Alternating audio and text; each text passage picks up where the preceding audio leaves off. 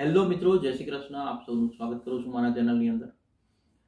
તમે લોકો જે સપોર્ટ આપી રહ્યા છો એ બદલ સૌથી પહેલાં તો ખૂબ ખૂબ આભાર સૌનો. અને મેઇનલી કેનેડાની આજે તમને બે મોટી અપડેટ શેર કરું કે જેની અંદર અત્યારે તમારા લોકો માટે સારા ન્યૂઝ છે. તો સારી એક ખબર કહી શકાય કે ફાઇનલી હવે કેનેડાનું ફોકસ ધીરે ધીરે પીઆર પર વધી રહ્યું છે.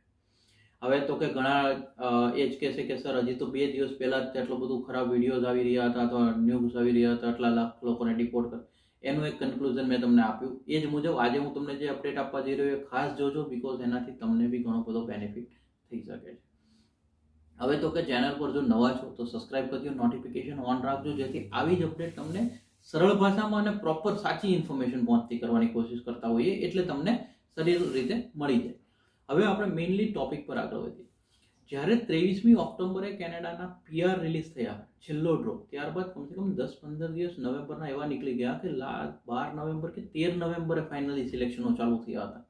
એટલા માટે એવું કહેવાતું હતું કે પીઆરને હોલ્ડ પર ગયા છે યા પીઆર આવવાના બંધ થઈ રહ્યા છે. ડિસેમ્બરમાં સૌથી સારી વસ્તુ એ છે કે આજે આ 2-4-5 દિવસની અંદર જ 2 ડ્રો રિલીઝ થઈ ગયા છે. આ બંને ડ્રોની જો કદાચ પહેલા વાત કરીએ તો આપણે બંને ડ્રોની પહેલી તો અપડેટ જોઈ લઈએ કે ડ્રો એકચ્યુઅલી શું છે. તો કે જો લેટેસ્ટ હેશટેગ નંબર ડ્રોની વાત કરીએ તો 676 નંબર ઓફ આઈટી ઇસ્યુ કરવામાં આવ્યા. 705નો કટ ઓફ સ્કોર છે. પ્રોવિઝનલ નોમિની પ્રોગ્રામવાળાને ફોકસ કરવામાં આવ્યા છે. અને 2 ડિસેમ્બરના આ ડ્રો થયો.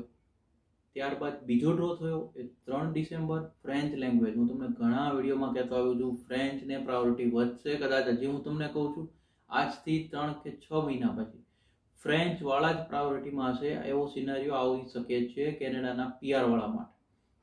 એટલે જો હજી ફ્રેન્ચ ચાલુ નથી કર્યું તો ચાલુ કરી દેજો. હવે તો કે 800 આઈટી આ લોકોમાં સિલેક્ટ થયા અને 466ના સીઆરએસનો કટ ઓફ સ્કોર સિલેક્ટ કરવામાં. હવે તો કે આની અંદર સારી વાત શું છે હું તમને કહું. જે લાસ્ટ ફ્રેન્ચ લેંગ્વેજનો ડ્રો થયો હતો એમાં નંબર ઓફ ઇન્વિટેશન તો 800 જ હતા, બટ હું તમને કહું એ પ્રમાણે 478નો કટ ઓફ સ્કોર હતો. હવે 466, એટલે ઓલરેડી 12 પોઈન્ટ આની અંદર ડાઉન ગયા છે. તો આની અંદર એક વસ્તુ એવી થાય છે કે ફ્રેન્ચની જેટલી ફાઇલો 800ની 800 જ છે, બટ જે ફ્રેન્ચ વાળી ફાઇલની અંદર પોતાની ફ્રેન્ચ એડ કરવી છે એ આ ડ્યુરેશનમાં, કદાચ હું તમને આની પહેલાનો ડ્રો હોય 15 નવેમ્બર હતો, એટલે ઓલમોસ્ટ 20 દિવસમાં ફ્રેન્ચ જેમણે એની ફાઇલમાં એડ કર્યું હોય હવે ફાઇલ કેનેડાને ઓછી મળી રહી છે. તો આ જે ચાન્સ છે તમે તમારી ફાઇલની અંદર ફ્રેન્ચ એડ કરો તો તમારા ચાન્સ વધી શકે છે. બીજી વસ્તુ હું તમને કહું, જો પ્રોવિઝનલ નોમિની ડ્રોની વાત કરીએ તો લાસ્ટ ડ્રો જે થયો હતો કદાચ 18મી નવેમ્બર, એટલે એ ઓલરેડી 10-15 દિવસ પહેલા, ત્યારે 174 આઈટીએસ ખાલી ઇસ્યુ કરવામાં આવ્યા હતા. હવે આજે એની જગ્યાએ 676 નંબર્સ ઓફ આઈટીએ થઈ ગયા. તો આ એક કે 500 આઈટી એટલીસ્ટ વધ્યા, એટલે કે પીઆરનું ફોકસ ફરી વધી રહ્યું એવું દેખાઈ રહ્યું છે. બીજું એની અંદર સારી વસ્તુ એ છે કટ ઓફ સ્કોર 816 સુધી ઉપર વયો ગયો હતો. હવે કટ ઓફ સ્કોર નીચે આવી 705, એટલે કે ઓલમોસ્ટ 111 પોઈન્ટ ડાઉન આવ્યો છે. આ વસ્તુ એક સારી એટલે દેખાઈ રહી છે કે જ્યાં આગળ કેનેડાના આ બંને ડ્રો 2-3 વસ્તુના ઇશારા કરે છે. એક તો નંબર ઓફ આઈટીએ વધવા, પોઈન્ટ કટ ડાઉન કરવા, એનો મતલબ ન્યૂ ફ્રેશ ફાઇલ ઓછી મળી હોઈ શકે. બીજી વસ્તુ જો કદાચ તમે જોવા જાઓ તો નવેમ્બર સ્ટાર્ટિંગમાં હાફ મંથ આમનામ ખાલી ગયો હતો. ડિસેમ્બરની અંદર અત્યારના કેસની અંદર 2 ડ્રો થઈ જવા એ એક બહુ પોઝિટિવ વાત છે, બિકોઝ ડિસેમ્બરમાં આ લોકો નોર્મલી કેનેડા અથવા વેસ્ટર્ન કન્ટ્રીઝની આપણે વાત કરીએ તો ક્રિસમસ વેકેશનના મૂડમાં હોય છે, તો બહુ ઓછા ડ્રો રિલીઝ થવાની આશા હોય છે. બટ તો બી 2 ડ્રો થયા છે, એટલે બહુ સારી વાત છે. અને હજી 1 કે 2 ડ્રોની આશા તો હજી લાગી રહી છે કે નેક્સ્ટ વીકમાં આ રીતે આવે.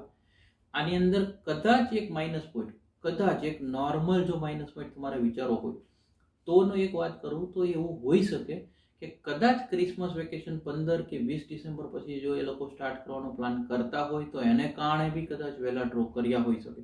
બટ આ એક ખાલી કલ્પના છે કે જેની અંદર આપણે એક માઇનસ પોઈન્ટ વિચારવો હોય કે ભાઈ કદાચ આજે આટલી બધી સારી ઇન્ફોર્મેશન આવી રહી છે તો આમાં એકાદું માઇનસ પોઈન્ટ બી નાનો આમ તો કંઈક હોઈ શકે.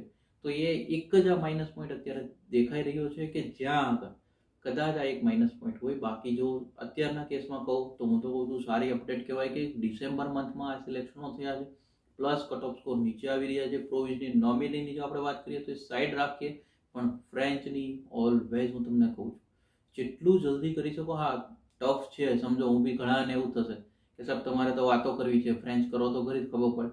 તો હું તમને કહું ફ્રેન્ચના A1 A2 લેવલ જે છે એનું ડ્યુરેશન 1.5 કે 2 મહિનાની અંદર તમે શીખી શકો છો. અત્યારે ટેકનોલોજી પ્રમાણે ઓનલાઈન ક્લાસીસ બી અવેલેબલ હોય છે. પણ વસ્તુ એવી છે કે જ્યારે તમારે 7 બેન્ડ લાવવાની વાતો આવી હશે ને ત્યારે તમે 7 બેન્ડ લઈને કેનેડા ગયા છો. એટલે તમારામાં કેપેસિટી છે. બસ થોડું પોઝિટિવ થાવ અને આગળ વધો. મેં મહેનત કરી છે કે તમને સરળ ભાષામાં માહિતી પહોંચતી કરું. સરળ ભાષામાં જે બી અપડેટ આવી છે એનું એક પ્રેક્ટિકાલિટી સમજાવું અથવા તમને એક ડિટેલ સમજાવું. તમને જો સારી લાગી છે તમે લાઈક કરી દેજો અને તમારો કોઈ ઓપિનિયન છે ખાસ કોમેન્ટ કરજો. કદાચ તમને સારી ના લાગી હોય તો બી કોમેન્ટ કરજો, લાગી હોય તો બી કોમેન્ટ કરજો, જેથી અમને અમારો ફીડબેક મળી રહે અને અમને ખબર પડે. મેક્સિમમ લોકો શેર કરવાનું ના ભૂલતા, because spread education, support education, always એજ્યુકેશનને સપોર્ટ કરતા રહેજો. Thank you so much. જય હિન્દ, જય ભારત.